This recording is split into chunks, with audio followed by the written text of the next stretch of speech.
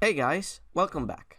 Italian politics is known for having some pretty wacky personality. It's always fun to talk about them, but usually it ends up becoming a waste of time to do so because we don't learn anything. Today I bring you an exception, Danilo Toninelli.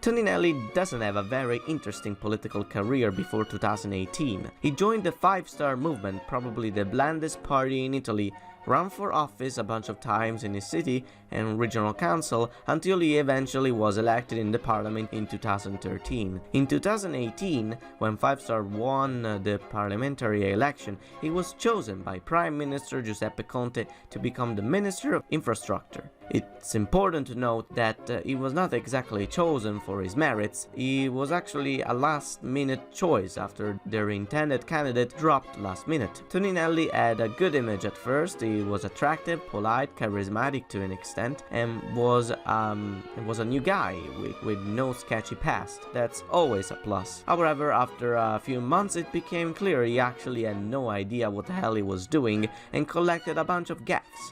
Here's some of them. When discussing road connections with the region of South Tyrol with the rest of the nation, he stressed the importance of the Brenner Tunnel for the transportation of goods in and out of the region. Unfortunately, no such tunnel exists, and no one had any idea what he was talking about. Another time he went on live TV.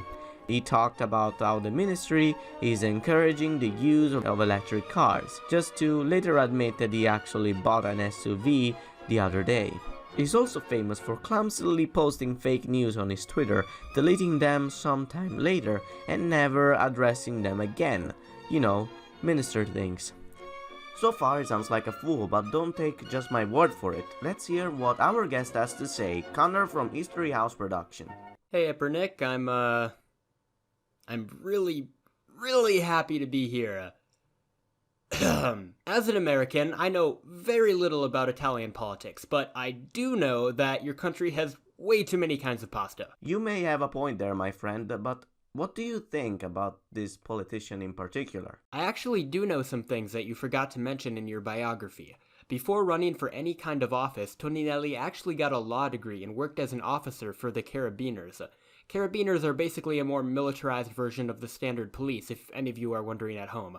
So you think that would make Toninelli a just man? Yeah, it most likely is. I also don't think Toninelli is a bad man. He's just truly incompetent and naive. Well, I mean, yeah, if he was smart, he wouldn't share any of that fake news, that's for sure. Definitely. Thank you for your visit. Say hi to Jimmy from me. I definitely will not. Thanks to Connor for the collaboration. Be sure to check out his channel in the description below. Now, back to Toninelli. Sure, he's not exactly a bright fellow, but he hasn't done anything outrageous, right? Unfortunately, most of his infamy comes from something that honestly he had little control over.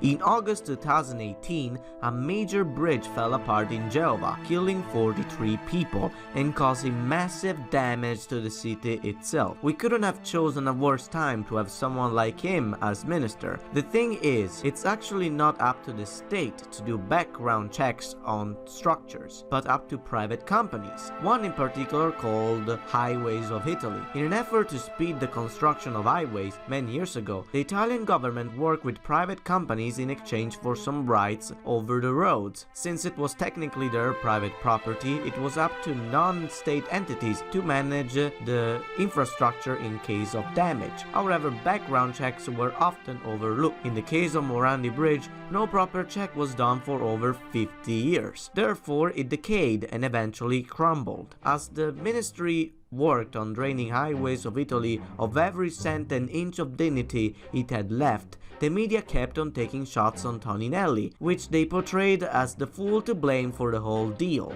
when in reality he was handling the issue quite well behind closed doors. Then he decided he should go out in the open and try to reassure people, give them hope that there will be a new bridge soon, and nothing like this will ever happen again, leading to another gaffe. In a speech he described the plans for the new bridge as as a livable bridge where people can go eat and have fun, implying that he really had no idea what bridges do. This description made people angry and confused at the same time. In late 2019, the government resigned and a new minister was appointed instead of Toninelli. He is currently in the Senate and no one really talks about him very much. He's still referenced in comedy shows once in a while, but now that things have calmed down, he has had the time to tell his story and to share his true colors. He had an interview on TV some time ago where he exposed all the corruption in the highway business. I think he gets his point across.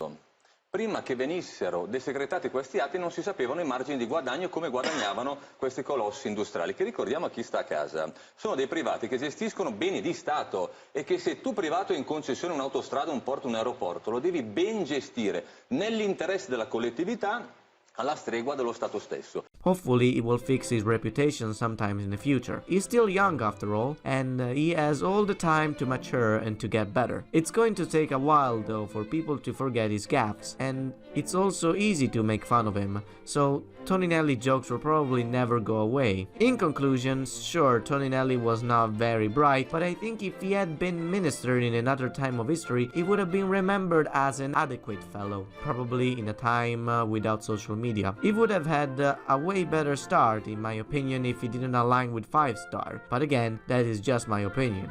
I don't wish anyone to be in a similar position as Toninelli, and I hope people will soon see the bigger picture and see past the pain that comes out of a tragedy. Thank you for watching.